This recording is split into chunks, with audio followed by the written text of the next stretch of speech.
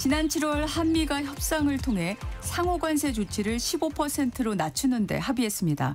하지만 세부 조항과 3,500억 달러 규모의 투자 실행 가능성 등 여전히 불확실성이 남아 있습니다. 최근에 불거졌던 한국인 근로자 300여 명 대규모 구금 사태 역시 기업의 투자 심리를 크게 위축시키고 있습니다. 오늘은 관세 협상과 비자 문제 등에 대해 알아보겠습니다. 한국경제신문 한상춘 논설위원 자리했습니다. 의원님 안녕하세요. 네, 안녕하십니까? 네. 오늘 아침 속보부터 좀 여쭤보겠습니다. 유엔 총회 참석을 위해서 미국을 방문하고 있는 이재명 대통령이 스콧 베센트 미 재무장관과 만났습니다. 이번이 두 번째죠? 네, 그렇습니다. 이 대통령이 한미 투자 패키지 협상과 관련해서 한국은 경제 규모에서 일본과 다르다는 점을 강조했는데 이 내용 어떻게 보셨습니까? 네. 새벽에 그 모습을 지켜봤었는데요. 원래는 이제 공식 일정상 보면 양 재무장관, 우리 이제 재무장관이 없기 때문에 경제부총리와 미국의 실질적인 경제 컨트롤 타워인 베센트 간의 이렇게 모임이었었는데요. 사실 그 이재명 대통령이랑 이렇게 재무장관이랑 이렇게 모임이 됐었는데요. 여기서 이제 관심이 됐던 것이 외환 사정과 관련해서 사실 우리가 일본과 다르다는 문제, 그리고 이제 베센트도 내부적으로는 한국의 의향을 좀 긍정적으로 검토하겠다 하는 것이 키가 되는 것 같아요. 네네. 그런 측면에서 일본과 그 다른 점은 어떨 측면일까 하는 측면은 단순히 일본과 비교할 땐 여러 가지가 있습니다는 대미 투자를 비교할 때는 대외 순자산 대비 외환 보유고로 일본이 그 미국에 약속했던 게 5,500달러. 네. 우리가 미국에 약속했던 게 3,500달러를 비교해야 되지 않느냐 생각합니다. 그런 측면에서 일본의 5,500달러는 대외 순자산 대비해서 한 15%, 외환 보유고 대비해서는 한 33% 정도인데, 자, 우리가 일본과 다르다는 것은 동일한 각도에서 대외 순자산 대비해서는 일본의 2배, 한 30%까지 올라갑니다. 네. 특히 외환 보유고 대비해서는 84%가 가거든요. 84%군요. 예, 그렇습니다. 네.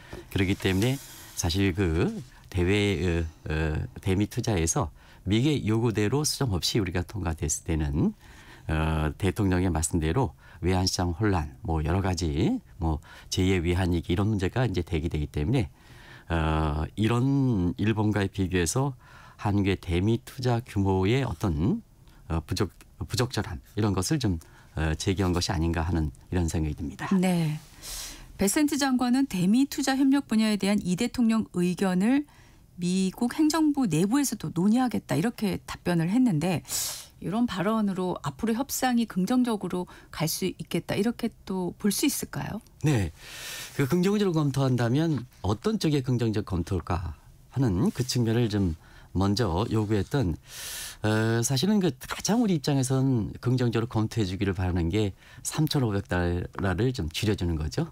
총액을 줄이는 네. 게 가장 좋습니다는 지금 현실적으로 보면은 이것이 실행 가능성이 지금 적다고 이렇게 본다면 지금 대미 투자에 대해서는 크게 두 가지거든요. 네. 투자했을 때 그 소유권을 누가 가지느냐에 따라서 네. 이 EU 방식대로 이렇게 투자한 사람이 갖는 방식과 있고 그다음에 1번 방식은 사실 미국 내 특수법인 SBC를 설립해서 여기에 단기 45일에 돈 넣어서 투자 성과적인 측면에서는 뭐 이것이 원금 상환기간은 50대 50 그다음에 원금 상환일 때는 90%를 미국에 가져가겠다는 방식이거든요. 네. 그런 측면에서는 우리 입장에서 일본 측 요구를 미국에서 요구했으니까 일본 측 방식대로 해서 미국에 검토해 줄 사항이 뭘까 하는 측면은 절대기 없다고 본다면 실행기간 45일은 좀 길게 해줄 필요가 있지 않느냐 하는 생각이 듭니다. 미국에서. 네네. 그러면 우리가 좀 설령 미국의 요구들을 수용한다 하더라도 우리의 여유축을 가지고 있을 수가 있겠고 두 가지 이 두 번째 방법은 가장 중요할 거로 이렇게 보이는데요.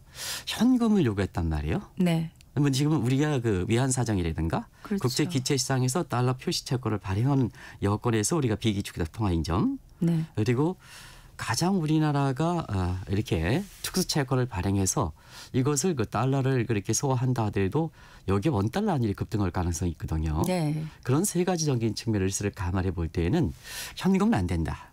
그러면 현금 이외에 출자라든가 대출 같은 투자 방법을 좀 다변화시키는 것을 미국 측에서 긍정적으로 되면 우리 입장에서는 좀 이렇게 여유가 있지 않겠느냐 이런 생각이 들거든요. 네. 그래서 그런 쪽의 그 방안을 생각해 볼 수 있는 대안이고요. 그다음에 최근에 보면 미국의 무리한 요구에 대해서 우리가 협상력 증대 카드에서 통화 수여 협정, 그것도 네. 무제한 통화 수여 협정을 이렇게 체결하는 것을 요청했지 않습니까? 예. 이 방안에 대해서도 미국이 과연 긍정적으로 검토할까 하는 측면은 두 가지만 말씀드리겠습니다.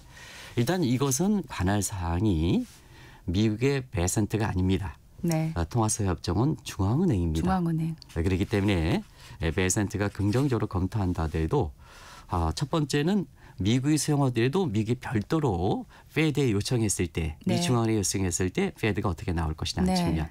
그리고 우리 입장에서도 이 절차상으로 보면 우리 협상단에서 이렇게 얘기하는 게 아니라 우리 한국은행이 협조를 구해서 한국은행에 정식적으로 요청하는 것이 정상적 수준이 아니냐 이렇게 보거든요. 네. 그래서 다양한 방법으로 미국의 검토할 거로 이렇게 보이겠습니다는 어떤 방안이든 지금 측면보다는 완화적 측면으로 본다면 우리 측 요구는 어느 정도 수용이 되는 게 아닌가 하는 이런 생각이 듭니다.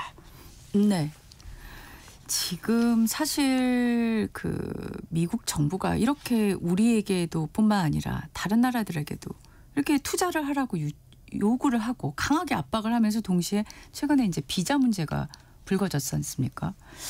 아니 어떻게 투자를 유치한다면서 비자 발급을 강화하냐. 이거 정책 모순 아니냐. 이런 얘기가 나오지 않습니까? 그런 쪽에 지적을 하는 것은 정상적인 거래를 하면 지금 지적하신 대로 모순되는 내용이죠. 그런데 이게 시발점이 사실 자율 계약에서 이루어지는 것이 아니고 강제적 방식이죠. 대미 투자도 사실 우리 측 요구와 달리 또 일본이라든가 이 측과 달리 관세를 빌미리해서 강압적으로 요구하는 사항이고 그다음에 비자에 대해서 전문직 수수료를 100배로 올린다든가 기타 비자 수수료도 대폭적으로 올리는 문제도 전부 강압식이지 않습니까? 네. 그렇기 때문에 일반적으로 시장에서 거래한다고 본다면 대미 투자를 유치하는데 왜 수수료는 세게 물까? 모순이다. 이렇게 논리적으로 갈 수가 있지만 미국으로 보면 강압식이고 계획적이기 때문에 두 가지 다 조화점을 찾을 수가 있다는 얘기죠. 네. 그런 측면을 우리가 어떤 쪽의 거래 방식 동기가 있는가 하는 측면에서 그 문제를 해석할 문제가 아닌가 생각합니다.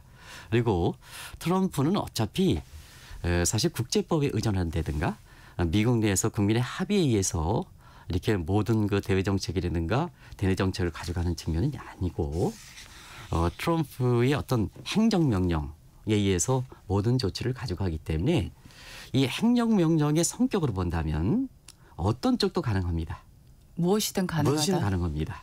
왜냐하면 이 행정명령을 통제할 수 있는 방법은 기관상으로 보면 삼법 분리 원칙에서 입법부, 행정부, 사법 간의 서로 견제 균형의 원칙에서 미국에서 대통령의 최고 통수권자 견해를 이렇게 견제해 나가는 시각이 있습니다는 지금은 미국에서 레드시옵이 달성했지 않습니까? 네. 그래서 의회도 트럼프, 공화당이 당내고 법원도 담당하기 때문에 사실 이런 측면에서는 전통적으로 미국의 대통령의 권한을 견제 균형 원칙에서 견제할 수 있는 수단이 없는 상태고요. 약화된 상태고요. 트럼프 자신도 본인이 사실 기존의 국제법이 맺어진 것은 여러 가지 미국의 국익에 의해서 잘못된 맺어진다 하는 것 이런 판단을 갖고 있기 때문에 오로지 자기의 행정명령에서 되는 부분이거든요. 그런 측면에서는 이렇게 비자와 대미 투자와 서로 모순되지 않느냐 충분히 가능할 수 있는 대책이다 이렇게 볼 때 있습니다. 네. 그런데 지금 사실 상호 관세만 놓고 봐도 지금 미국 법원에서 지금 이거를 지금 하고 있잖아요. 네, 그렇습니다. 문제가 이게 났죠? 지금 2심까지 가고 있는 상황인데 이렇게 되면 만약에 판결이 나서 이 상호 관세는 안 된다라고 나면 그때 가면 지금 논의했던 것들도 사실 어떻게 보면 완전히 원점에서부터 다시 얘기해야 되는 상황까지도 지금 이제 상호관세 문제가 4월 초에 부과돼서 1심과 2심에서는 사실 부당하다고 얘기했죠. 네. 그런 측면에서 대법원의 최종 판결이 10월 14일까지 나와야 됩니다. 10월 14일이요. 네, 그렇습니다. 네. 이렇게 나오기인데요. 지금 여건상으로 보면 대법원의 이 판결은 굉장히 신중을 기억했다 해서 10월 14일까지 나오기는 좀 어렵습니다. 그러면 네. 자 지금까지 관세를 부과한 것은 또 부과당한 것과 입장에서는 이걸 어떻게 할 것이냐 하는 측면 이걸 중지시켜야 될 것이냐 네. 하는 측면이거든요. 그런 과정에서 이미 트럼프 정부는 그에 상응하는 플랜 B, 관세 플랜 B를 만들어 놓고 있습니다. 어떤 거죠? 전문적인 얘기는 하겠지만 미국의 간단히만, 통상법 네. 시리즈에서 이렇게 보면 네. 무역법 122조 시리즈든가 내용이 좀 네. 사실 그 시간상 그렇게 네. 무역법 이렇게 122조라든가 관세법 334조라든가 무역확정법 232조라든가 이런 거에서 만일 상호관세에서 부각된 문제가 대법원의 판결의 시한이 10월 14일 넘을 경우 예. 판결이 뭐 부결된다 이건 가능성은 뭐 이후에 나오겠습니다. 네네. 네. 당장 닥치는 문제에서는 10월 14일까지 대법원 판결이 안 나올 때도 네. 10월 14일부터는 어떻게 될 것이냐 하는 측면이거든요. 그런 측면에서는 사실 트럼프 정부도 여기에 대해서 관세 플랜 B를 하기 때문에 충분히 그 가능성이 대비했기 때문에 상호관세에 준하는 이러한 조치들이 계속해서 보완 조치가 나올 것이다 이렇게 보시되겠습니다. 상호관세가 없어지는 게 아니고 상호관세에 준하는 또 다른 조치가 나올 것이다. 그렇습니다. 네. 그래서 이제 트럼프 관세 정책은 어떤 시한이 끝나는 게 아니라 forever negotiation, 관세는 계속해서 진행되는 겁니다. 많은 사람들이 상호관세에서 뭐 7월 말에 끝나고 이것이 뭐 10월 14일 예를 들어서 끝나면 거기서 끝나는 게 아니라 트럼프는 공식적으로 관세 협상에 사실 팩트 시트를 잘 마련하지 않습니다. 예를 들어서 한미간 정상회담에서 우리 입장에서는 관세 협상이 잘했다 회담이지만 네. 미국 입장에서는 또 다른 시각이거든요. 네. 그러면 청취자 입장에서는 야, 잘 됐다는데 미국의 반응이 이상하다. 그러면 공식적으로 확인할 수 있는 게 있까? 그러면 그건 공식 선언문 같은 팩트 시트가 있어야 되거든요. 근데 없다 하는 측면이거든요. 네네네. 왜 그럴까? 이 팩트 시트를 만들어 놓으면 이것이 구속력이 되거든요. 트럼프 입장에서는. 그래서 추가적인 협상을 또 상황이 바뀜에 따라서 협상을 다시 해야 되는데 하기가 어렵지 않습니까? 예예. 그래서 팩트 시트를 잘 마련해 두지 않습니다. 알겠습니다. 그래서 forever negotiation이다 이렇게 보시됐습니다. 어려운 협상이네요. 네. 네네. 우리 기업이 지금 이 비자 폭탄, 저희 입장에서는 폭탄인데 그럼 앞으로 미국 투자 전략 어떻게 해야 되나요? 네. 지금의 기업 측의 개별 기업의 입장은 지금은 국가 간의 협상에 의해서 지금 이렇게 거기에 따라가는 분위기 때문에 개별 기업 입장에서는 전체적인 한국의 미국의 협상이 전략이 어떻게 될 것이냐 이 문제가 굉장히 선결가지지 않느냐 생각합니다. 지금 측면에서 개별 기업을 얘기할 때는 아니라 이렇게 봅니다. 네. 그러면 국가 차원에서 미국과의 관련된 이렇게 전략은 어떻게 될까 하는 측면은 아마 굉장히 익숙한 용어 중에 하나가 과거 문재인 정부 때에는 안미 경중이라는 얘기가 있었을 겁니다. 네. 그러니까 안보는 미국의 경제는 중국의 이런 문제가 많은 문제점이 있다 보니까 이전 정부 윤석열 정부에서는 뭐 명확한 입장을 취하지는 않았습니다는 안미 경미 미국에 쏠림 현상이 됐었거든요. 근데 지금의 트럼프에서는 어떻게 될 것이냐 하는 측면에 지금 미국에 이렇게 여러 가지 우리 이 일반 상식에서 이렇게 보면은 비정상적인 조치가 있다에 따라서 미국의 전략은 이렇게 수정되는 것은 불가피하지 않냐 생각합니다. 그런 측면에서 우리가 생각해 볼 수 있는 대목이 안보는 미국에서 그다음에 경제는 좀 다변화 측면에서 다른 국가에 다변화해서 경제는 세계로 경세라는 이런 원칙에 의해서 사실 그 대미 전략을 가져가고 여기에 따라서 국가 전략이 나와야 개별 입장에서 기업별로 비자든 대미 투자든 실행하는 입장에서 그런 전략을 가져가야 될 때가 아닌가 생각합니다. 개별 기업 쪽에서 국가 전략을 무시한 전략은 미국에서 통하지 않는다는 것을 말씀드리겠습니다. 네. 지금 아직 이제 협상이 계속 진행 중이라서 이 질문이 아마 마지막이 될 텐데요.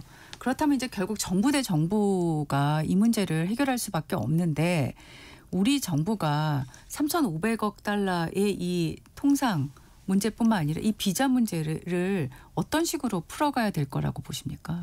지금 차원에서는 사실은 협상의 결과를 양측의 이해관계에 의해서 최소한 이 대통령도 말씀하셨습니다. 상업정성의 정상적인 모습에 의해서 이렇게 도출해내야 되지 않느냐 생각합니다. 왜냐하면 뭐든지 기업이라는 것은 정부의 방침에서 투자한다 하더라도 트럼프 대통령 임기 내에 또 짧게는 중간 선거에 또 어떻게 될지 모르거든요. 이런 측면과 매칭시키는 전략에 있어서는 또 우리 입장에서 트럼프 대통령의 요구대로 해서 혹시 그것이 잘못될 수가 있습니다. 왜냐하면 중간 선거에서 예를 들어서 트럼프 대통령이 힘이 좀 빠진다든가 네. 4년 후에 트럼프 대통령이 이게 법적으로는 3재임을 못합니다. 네. 그런데 개인의 욕심에서 더 한다 하면 다행이겠습니다는 사실 못하게 됐을 때는 오히려 그 요구사항을 이렇게 들어줬던 것이 우리 국익이라든가 또 개별 기업의 투자 입장에서는 상당히 혼란을 초래할 수 있거든요. 그래서 현재 놓여 있는 네. 협상 안에서 양측의 요구대로 해서 최선의 결과를 도출해내는 것이 지금 지연이지 않느냐 하는 생각이 듭니다. 네, 알겠습니다. 오늘은 말씀 여기까지 듣겠습니다. 네, 감사합니다. 지금까지 한국경제신문 한상춘 논설위원과 말씀 나눴습니다. 고맙습니다. 네, 고맙습니다. 이어서 날씨 정보 전해드립니다.